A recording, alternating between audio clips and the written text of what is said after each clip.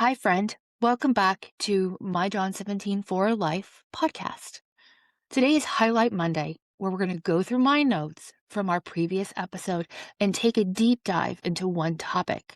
This way, you can take some practical application for your life so you can step into your John 17 for life. On the last episode, something was said that most people would probably miss. She said, God doesn't show you the whole plan. He tells you to take one step.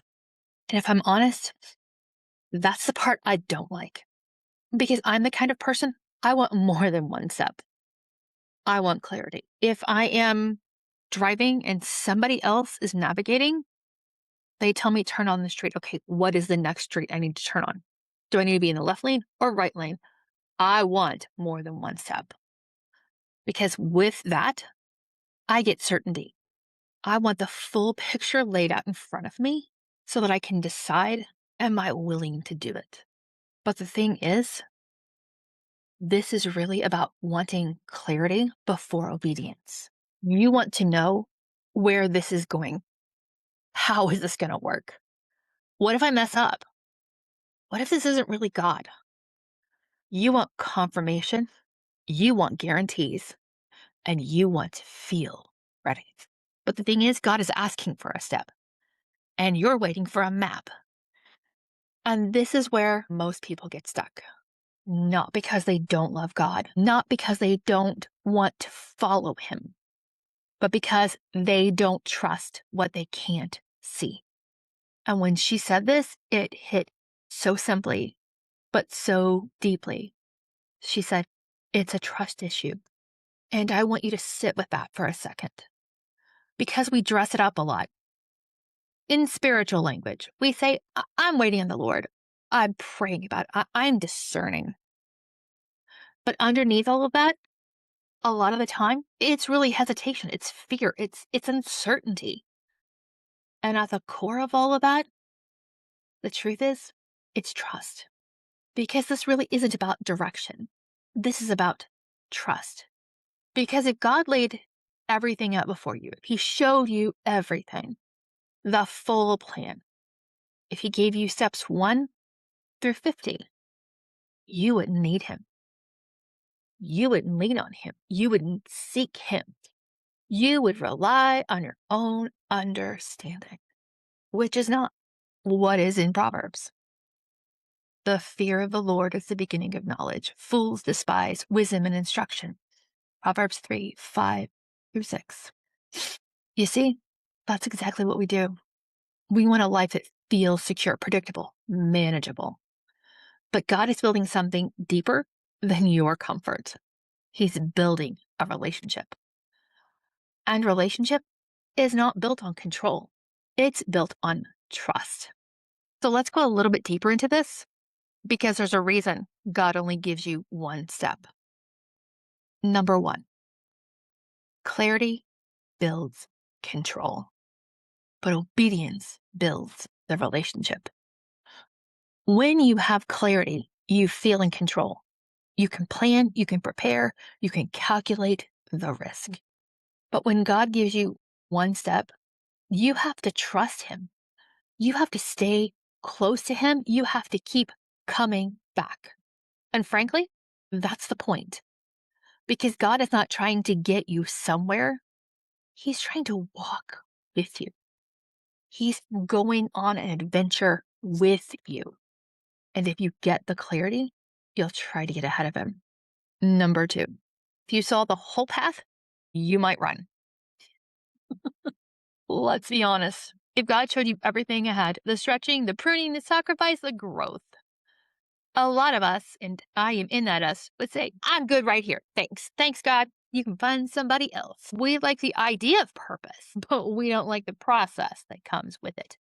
So God, in His kindness, doesn't overwhelm you with the full picture. He gives you just enough to move, just enough to trust, just enough to take the next step. How this works in real life? You're planning a trip from Washington, D.C. and driving to San Francisco. And if your map, Siri, Google Maps, whatever you use, gives you every single direction, one time at the very beginning, you'd start to panic. Okay? Nobody needs all the directions all at once. Well, unless you're in the country and you're stopped at a gas station. But that's a whole other story. You need step by step. You need do this, do this. Because if you have all of the instructions all at once, it's too much. And they're right. I know I'd run away from it. I don't want to deal with it. I don't want the extra stress. I have enough stress. I don't need more. So God says, do this, and doesn't give me more than I can handle. 3, transformation happens in movement, not in planning. This is where a lot of you are stuck. You're thinking about it, you're processing about it, you're praying about it, you're analyzing it. Really, what you're doing is you're overthinking it. But in that, you're not moving. And transformation, it does not happen in your head. It happens in your obedience. Example of this. I love movies. Indiana Jones and the Last Crusade. He has to cross from one side of a gulf to the other. Pit, whatever you want to call it. But there's nothing. He can't see a path. He has no idea how he's going to get across it. But he has to take a leap of faith. So he sticks his right foot out.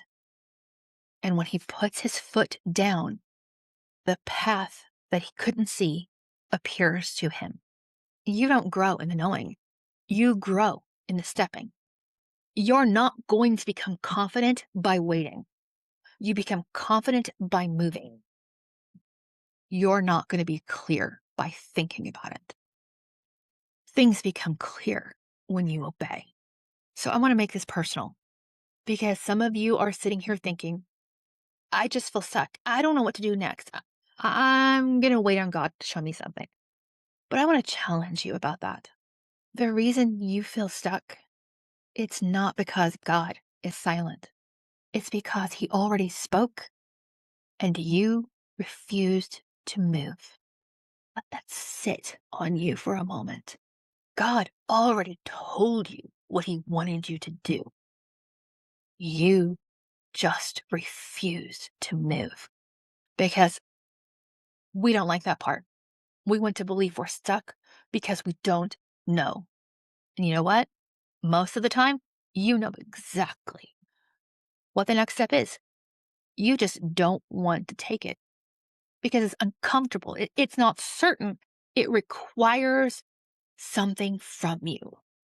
And that requirement means stepping out of your comfort zone. So instead, we stay in place. We call it waiting. But the thing is, you're not waiting. What if you're actually avoiding? So I'm going to make this practical, simple, clear. I'm going to give you something you can do today. I'm calling this the 1-step test. I want you to ask yourself this question. What is the last thing that God told me to do? And I haven't done it yet. Not the big dream, not the 10-year plan, not your entire calling. Just the last instruction. Maybe it's send the message, end the relationship, start the thing, stop that habit, rest, speak up, be still. Do you not know who I am? Honestly, you know what it is. And you've been circling around it.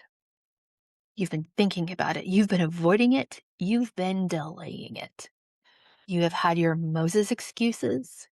You have put out your fleece. You have wrestled with God and you, like Jacob, and you pulled a Jonah. But I want you to hear this. That step, that thing you're avoiding is exactly where your breakthrough is waiting. Not the 10 steps, not the full plan. That one step, the one you've been resisting. And listen, I want to normalize something here because she said it so honestly. She said she negotiated with God. She resisted. She retreated. And honestly, I think a lot of us do that. And a lot of us felt that. We say things like, God, can I do this later? Can we do this a different way? Are you sure? Putting out the fleece. And I want you to hear this clearly. You're not failing because you're hesitant. You're failing because you're human. Hesitation doesn't disqualify you. Fear doesn't disqualify you. Uncertainty doesn't disqualify you. God is not surprised by this. He knows you. But staying stuck, that's what's keeping you from growing. So here's the shift. Obedience doesn't require confidence. It requires surrender.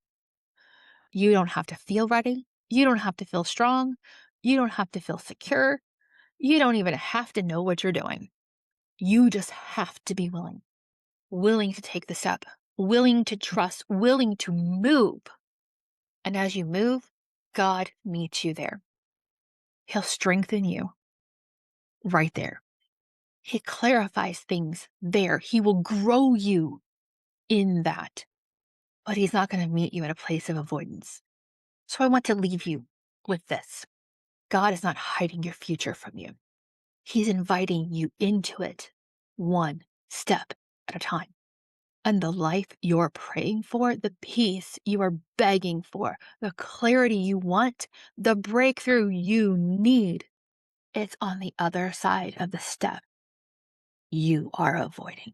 It's time to take the first step.